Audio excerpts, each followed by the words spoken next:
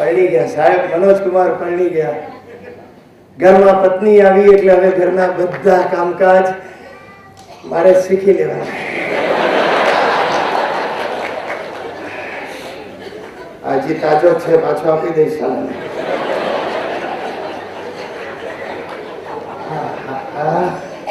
राजा की आएगी बारात, रंगीली होगी रात, मगन में. मगन ने चांदलो आप्यो के नहीं? भाई आ चांदलो જ મેન ચીજ છે. લગ્નમાં બીજું કાંઈ મેળવવા જેવું નથી. કેટલા ખર્ચા તમે નહીં માનો. પહોંચીને 450 રૂપિયાની થાળી. બોલો, હું તો જમે જ નહીં. આટલું કોસ્ટલી આપણા ઘરે ઉતરી ગયું એ પણ આપણા પૈસા. બાપુજી જમવા બે મેં થાળી જ ખેંચી લીધી. મેં છોડા ને યાર 900 ના ખાડામાં ઉતરશું બે જણા થાય. થોડા માળા વડા તૂટી પડ્યા. હરામ ખરો જે આજુબાજુના થોડા ઘૂસી ગયા હતા. બે ગપા ગપ ખાય મારો જીવ કપાઈ ગયો. દાળમાં 2 વાર પાણી નાખવું પડ્યું. બોલો ને મારી બાતો હરક પદુડી થઈ ગયા. દોડી દોડી નવીનભાઈ મારા સમ નવીનભાઈ એક વાડકો શ્રીખંડ લ્યો, હજી એક વાર. એમાં નવીન 8 વાડકા શ્રીખંડ ટોકી ગયો. હું અહીંયા ફેરા ફરતો હતો પણ મારું ધ્યાન સતત નવીન પર હતું. બોલો ચાલો 200-125 નો ચાંદલો કર્યો ને હરામખોર 8 વાડકા શ્રીખંડ થઈ ગયો. આ તમે એવરેજ કાઢો. નવીન મને કેટલામાં પડ્યો? બોલો. અરે પણ લિમિટ હોય માણસની ખાવાની, કે તૂટી પડવાનું. આ બધું ભાડાનું છે. આપણે ખોટું શું કામ? તમને ફ્રેન્કલી અમે વસાવીને કાંઈ ફાયદા પડી રહે. પટ્ટી પેટીમાં બધા જૂના સૂટ પડ્યા, પાટલુંના કલર બદલાય છે ને કોટના કલર જુદા થઈ. એટલે આ ભાડામાં આપણે અઠવાડિયા માટે આખો સેટ આવે છે. સાફો આવે, આવે અને નીચે પગમાં મોજડીઓ ચોરી ગયા બેન મનીની. ને પછી પાછળ ફરીથી જો 5000 જો મોજડીના 5000. મેં કહ્યું જો ફૂટ ડ્રેસ વાળાને 500 આપીશ તો મારું પતી જશે. સાફો કંઈક નવી નવાઈનો લાવેલો. એમાં લાઈટ હતી આમ ઝબક. 2-3 વાર એવો કરંટ લાગ્યો ને ફેંક્યો સાફો.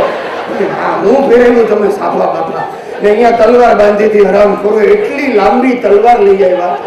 આખું રિસેપ્શન એક પગે ઉભો છું. બોલો તલવાર આમ ગાલીચામાં ખૂપી ગઈ ને ડાબો પગ હવામાં ઝોલા ખાયા. અરે ગોટલા ચડી ગયા. હા વરરાજા કરતા તો હું પેલા મદારી શું કહેવાય જાદુગર જેવો લાગતો હતો. 2-3 જણા તો સ્ટેજ પર આવીને કે કબૂતર નિકાલો, કબૂતર શું કબૂતર નિકાલે?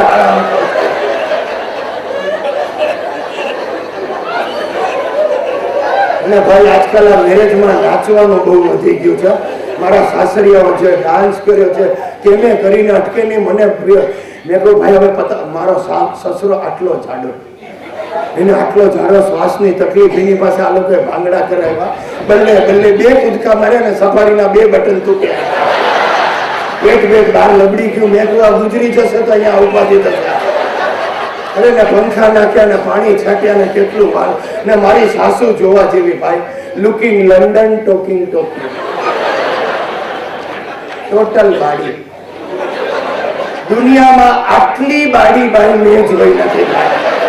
શું સુરાતન ચડ્યું છે. નાચે આવા કરે કે બાડી ભરતી બાજુના બિલ્ડિંગમાં જતી રહી.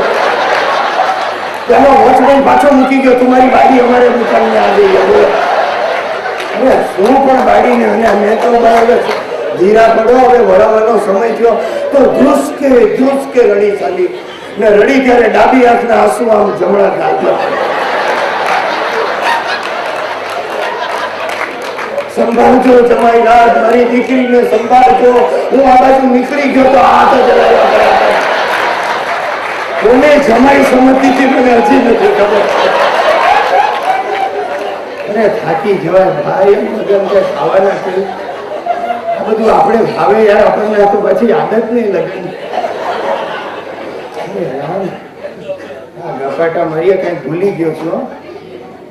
હે કઈક રહી ગયો લાગે. મની હાલે મને થયું કઈક કસલી આઈટમ જ ભૂલી ગયો છો. આ ધમાલમાં મની ક્યાં છૂટી પડી?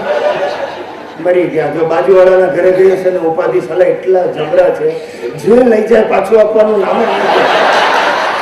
પણ બૈરી રાખી દે તો મારે લોચા થઈ જાય ને. અરે દવે કાકા, આ મારી મિસિસ ને જોઈ. હું મારી મિસિસ ને શોધું તે જોઈ. લે તો ભાઈ અને એ દિવસથી મિસિસ ને શોધે સાલો. કોનું કામ છે બેન? જો લુચ્ચી તું મારા કરતા પહેલા ઘરમાં પહોંચી ગઈ જબરી. તો શું કરું? તું ઘોડાવાળા સાથે ઝઘડતો હતો. ભૈયા और एक राउंड और एक राउंड.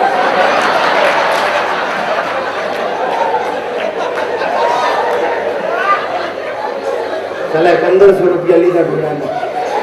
એટલે મેં કહ્યું ચોપાટી તો ઘુમા કે વાપસ લાવો. આપણે વસૂલ તો કરવા જોઈએ ને. તું આ શું લઈ આવી?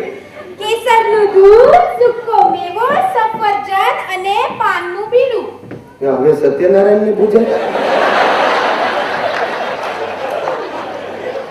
લગ્નની પહેલી રાતે શું કરવાનું હોય?